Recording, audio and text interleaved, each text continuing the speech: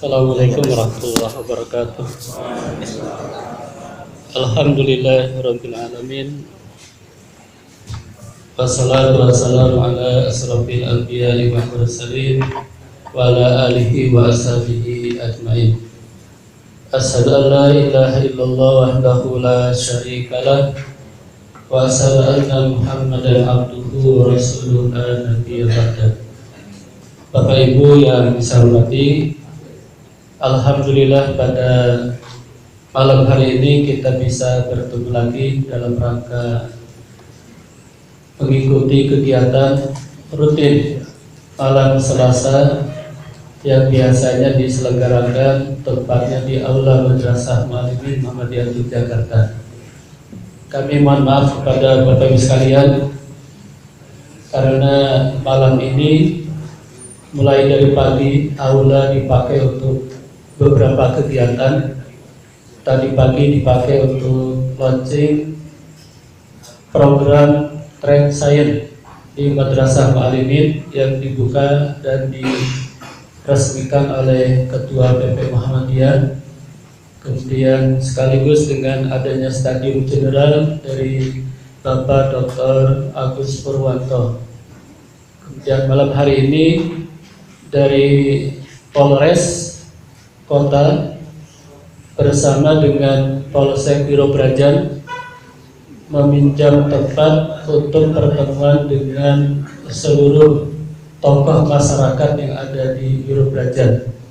Sehingga tadi saya kurang lebih seperempat menyambut tamu dan sekaligus minta maaf 1 jam tidak bisa bergabung walaupun diundang karena bersamaan dengan pengajian pada malam hari ini.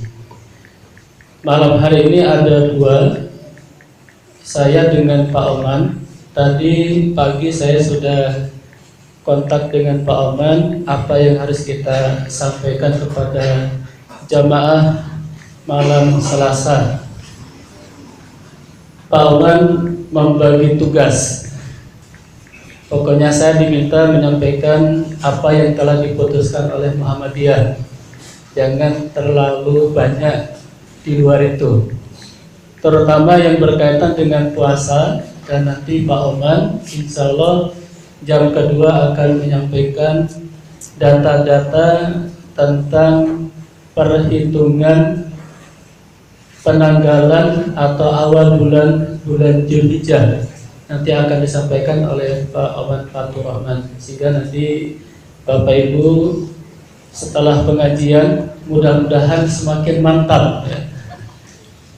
Saya sampai tadi siang banyak berbincang dengan teman-teman guru, para ustadz, kenapa tahun ini muncul ada sikap dari warga Muhammadiyah yang bermacam-macam. Saya hanya satu mungkin statement yang paling mudah. Kalau ada warga Muhammadiyah yang seperti itu, berarti masih belum yakin dengan apa yang telah digali oleh Muhammadiyah. Masih belum yakin. Harusnya kita berpikir secara organisasi. Kalau secara pribadi boleh berbeda, tapi bukan mengajak kepada orang lain sehingga menjadi bingung. Tapi secara organisasi, siapapun warga Muhammadiyah hendaklah mengikuti apa yang telah diputuskan oleh Muhammadiyah. Sampai pada hari kemarin Ustadz Yunahar juga mengadakan jumpa pers dengan wartawan pada hari Jumat setelah salat zuhur atau salat Jumat untuk menjelaskan tentang puasa Arafah dan hari raya. Yang intinya mungkin nanti saya sampaikan sedikit tentang edaran maklumat dari PP Muhammadiyah, meskipun Bapak Ibu sudah memiliki tentang maklumat yang telah dikeluarkan oleh pimpinan pusat Muhammadiyah. Bapak Ibu yang saya hormati, saya akan menyampaikan dan mengingatkan kembali bahwa tentang puasa tatawwu, puasa sunnah yang telah diputuskan oleh Muhammadiyah. Sebagai pengantar, ada beberapa dasar hukum atau dalil, yaitu dalam hadis Nabi yang diriwayatkan oleh Imam Al-Bukhari, Imam Muslim, Abu Daud, An-Nasai, Ahmad, dan Imam Malik, yang menceritakan tentang amalan tatawwu, termasuk adalah puasa sunnah. Ini menjadi dasar. Kemudian yang kedua, keutamaan puasa tatawwu. Yang pertama adalah puasa tatawwu menjadi perisai dari api neraka. Hadis-hadis cukup banyak yang menjelaskan seperti itu, seperti di dalam hadis Al-Bukhari, Muslim, dan An-Nasai dijelaskan dalam hadis itu, man shoma yawman fi sabilillah ba'adallahu wajhahu anin nar. Ini satu hadis yang menjelaskan tentang orang yang berpuasa sunnah karena Allah, maka Allah akan menjauhkan dari api neraka. Ini salah satu keutamaan kalau kita melakukan puasa tatawwu atau puasa sunnah. Yang kedua, puasa tatawwu dapat menghapus dosa, yang tadi disinggung, dan ini berkaitan dengan hadis dari sahabat Abu Qatadah Al-Ansari ketika beliau menceritakan bahwa ada seseorang yang bertanya kepada Rasulullah, kemudian yang disampaikan kepada Rasulullah itu dua. Pertama tentang puasa Asyura, dan yang kedua puasa Arafah. Bagaimana tentang puasa Asyura? Rasulullah menjawab pada kalimat yang terakhir, ayyukaffiras sanat. Puasa Asyura itu akan menghapus kesalahan dosa-dosa kecil dalam 1 tahun. Ini salah satu keutamaan puasa Asyura yang nanti akan dilaksanakan pada tanggal 10 bulan Muharram. Sedangkan puasa Arafah, siyama Arafah yukaffiras sanatal madiyah wal baqiyah. Puasa Arafah bisa menghapus kesalahan dosa 1 tahun yang lalu dan sisanya. Tapi ini pun harus dipahami, jangan berpikir seperti matematik. Karena kita berpuasa 1 hari, puasa Arafah tanggal 9 Zulhijjah, berarti kita sudah punya celengan penghapus 1 tahun. Kemudian 1 tahun kemudian. Ini berpikir yang bahaya seperti itu.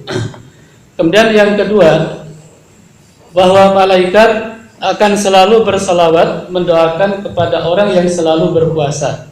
Ini salah satu amalan yang menjadikan orang selalu didoakan oleh malaikat. Di antaranya adalah suka melakukan puasa sunnah.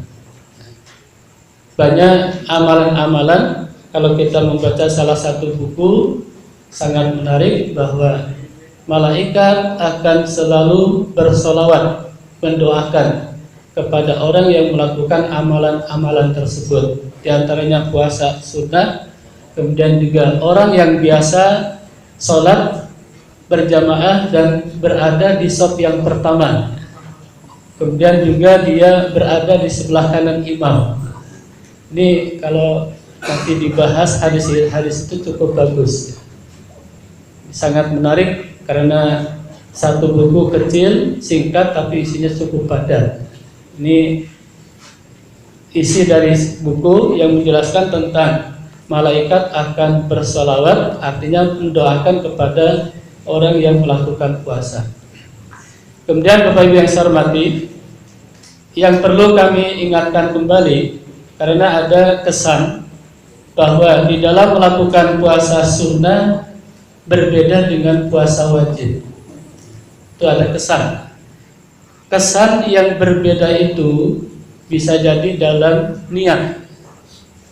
Kalau niat di tengah jalan, itu ada yang mengatakan boleh, belum sarapan kemudian langsung puasa, tidak niat dari awal. Tapi yang harus kita pahami di dalam melakukan puasa, baik puasa sunnah apalagi puasa wajib, yaitu tentang bagaimana orang melakukan puasa dengan melakukan beberapa sikap. Jangan sampai dibedakan. Yang pertama, niat ikhlas karena Allah. Yang kedua, waktunya sama dengan puasa wajib, mulai terbit fajar sampai terbenam matahari. Kemudian yang ketiga, ini yang sering terlupakan, yang saya tekankan di sini adalah dalam pelaksanaan puasa tatawu boleh dibatalkan sewaktu-waktu, baik dalam ada uzur maupun tidak ada uzur. Ini yang kita ambil dari beberapa fikih yang biasa kita baca. Tapi ada yang mungkin perlu kita tetap pertahankan, bahwa sikap orang yang melakukan ibadah puasa tatawu sama dengan orang yang melakukan ibadah puasa wajib. Menjaga lisan, menjaga pendengaran, menjaga perbuatan, jangan sampai melakukan perbuatan-perbuatan yang kotor. Karena kita sering dipahami lagho, rafas itu ketika puasa di bulan Ramadan, tapi puasa sunnah tampaknya tidak diberlakukan. Maka sikap ini tetap. Artinya orang yang berpuasa dituntut bagaimana semua anggota badannya dipuasakan, tidak melakukan hal-hal yang melanggar agama. Sehingga dengan demikian orang yang berpuasa itu akan selalu terjaga, apalagi ingin didoakan oleh malaikat. Kemudian berikutnya, Bapak Ibu saya hormati, sebagai wawasan kita semua, nanti sebelum masuk kepada bagaimana pandangan Muhammadiyah tentang puasa sunnah, ada beberapa pendapat ulama tentang puasa tatawu, seperti Dr. Wahbah Az-Zuhaili dalam bukunya mengatakan bahwa puasa itu ada 4 macam. Beliau mengklasifikasikan, yang pertama puasa wajib, yaitu puasa karena waktunya seperti di bulan Ramadan. Yang kedua, puasa karena merupakan kafarat.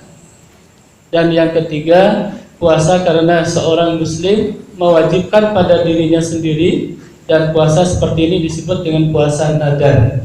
Ini klasifikasi bagian pertama, kelompok yang pertama menurut Wahbah Az-Zuhaili, yang disebut dengan puasa wajib. Di samping puasa Ramadan, ada juga puasa karena membayar atau kafarat. Yang ketiga adalah puasa karena nadar. Yang kedua, puasa yang haram. Puasa haram ini biasa di kalangan ulama Hanafi dikenal dengan puasa yang makruh, yang diharamkan. Nanti ada contoh-contohnya, seperti puasa sunnah seorang istri tanpa diketahui atau diizinkan oleh suaminya. Walaupun ini mungkin jadi diskusi panjang. Bagaimana menurut Muhammadiyah, nanti ada di bawah. Kemudian yang ketiga, puasa makruh. Contohnya adalah puasa khusus pada hari Jumat. Ini menurut beliau ada bagian yang ketiga, juga termasuk puasa wisol, meskipun antara 2 hari saja, dan puasa orang yang sedang dalam musafir. Orang yang bepergian, dia berpuasa, karena orang yang bepergian itu pun boleh berpuasa, tapi tidak boleh untuk memaksakan. Kalau seandainya tidak kuat, maka boleh untuk dibatalkan. Kemudian yang keempat menurut beliau ada puasa tatawu, yaitu puasa sunnah di luar puasa wajib. Beliau hanya membagi bahwa puasa ada 4. Ada yang wajib, ada yang haram, ada yang makruh, dan tatawu. Tatawu dikenal dengan istilah kita ini yang sering diartikan dengan disunnahkan. Karena tatawu ini berangkat dari ayat Al-Quran dalam